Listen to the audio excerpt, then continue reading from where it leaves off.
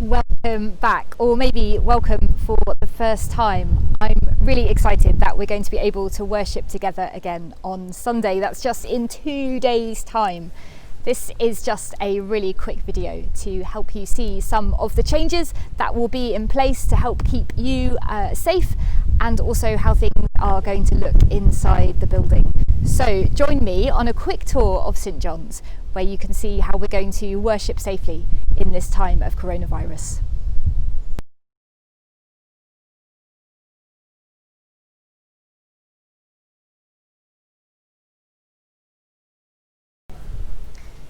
Before you come inside the building, we need to make sure that you are not suffering from any of the symptoms of coronavirus.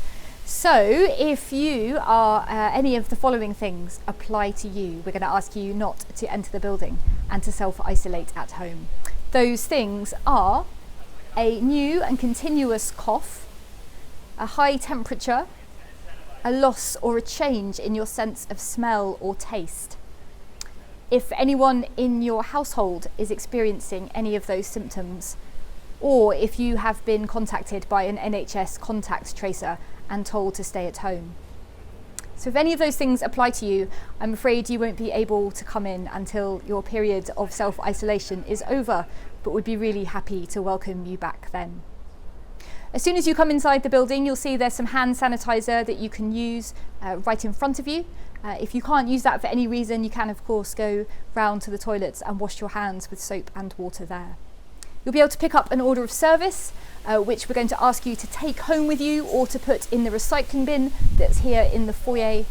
And there'll also be a leaflet, which is a summary of this video, how to worship together safely, so that you can have a read through and see all the things that we've put in place. So we're safe to enter the building, so let's wash our hands and go on in.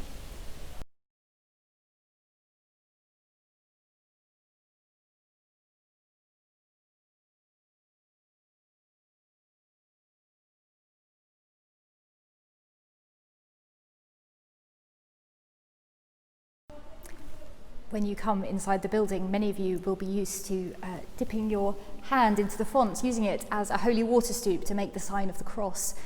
There is no water in the font. It's one of the precautions that we're taking to try and slow the spread of any virus. So don't try and put your hand in it, because you'll just look a bit silly. But when you do come into this part of the building, you can make your way to somewhere to sit. There's a one-way system in place, and it's really clearly marked on the floor. So don't go that way, you need to go around this way instead.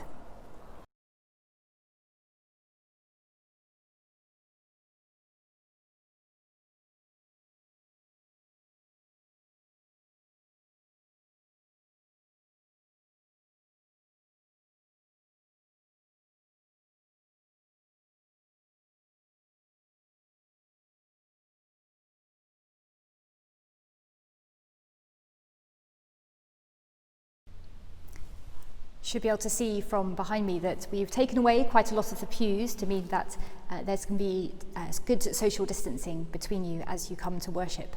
You can obviously sit on the same pew as someone in your household, but otherwise we're just asking for one household per pew if possible.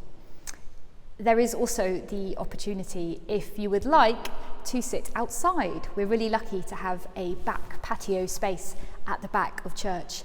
You may not be able to hear as well, but you'll certainly be able to see what's going on, and there will be some chairs out there if you feel more comfortable to be out in the open air. The main doors of church will remain open during Mass, as will the doors at the back, to try and make sure lots of fresh air is coming through the building. So you may want to bring an extra jumper or a coat if you think you might get cold, because we're not having the warmest of time at the moment, the typical British summer. So come on in, come down this side of the building. You can take a seat wherever you like, and you will stay there really for most of the Mass until we get to communion. There are a couple of differences that you'll notice. We're not sadly going to be doing any singing at the moment. You won't be able to share the peace with anybody, and we won't be passing around a collection plate. We are going to have a chat at some point about how you can give by standing order, or we can organise you to give in your envelopes at a later date. But for the time being, we're trying to limit the number of things that we're passing around and contact with each other to try and keep everybody safe.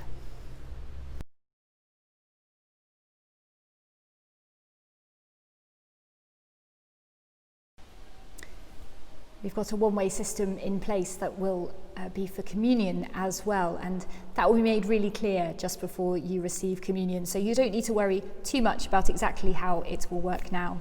But there are some marks on the floor in front of the altar step so you know where to stand. And you'll only be receiving communion in one kind. So you'll just be receiving the host, the bread, the body of Christ, and only I will be receiving the chalice for the time being. The hosts that you will be receiving will be consecrated inside a covered ciborium. That's those silver cups with a lid on, so it won't be opened up until just before you receive. And I will, of course, have sanitized my hands before I give them out to you.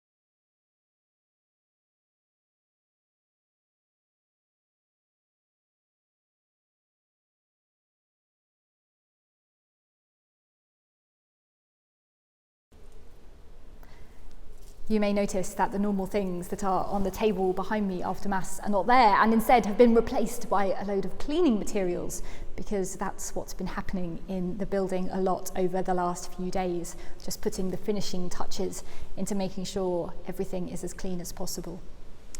I know that many of you are used to, after Mass, staying behind for a cup of tea or a coffee, a biscuit, or maybe, if you're lucky, a piece of cake.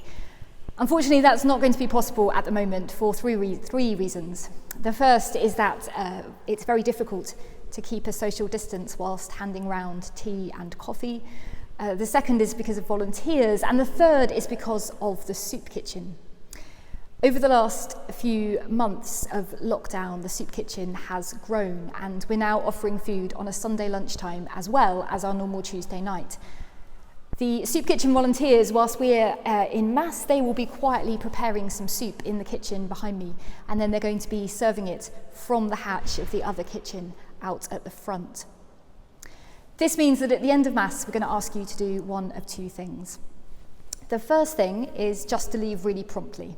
It means just getting up as soon as Mass has finished to follow the one-way system round and head straight out down the path and through the gates where there will be people waiting for their food. The second option is, I know that you will be desperate to see and speak to some of your friends. So there is a second option to try and do that as safely as possible.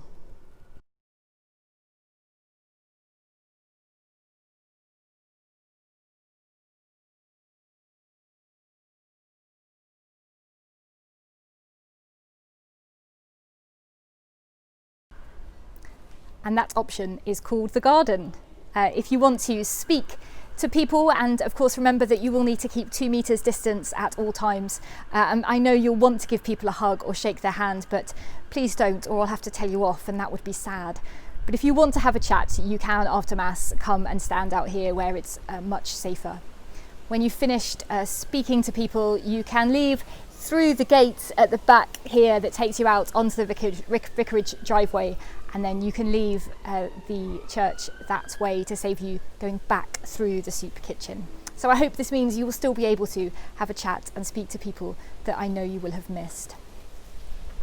Our Mass times are going to be the same for the time being, 11 o'clock on Sunday and 10 o'clock on a Thursday morning.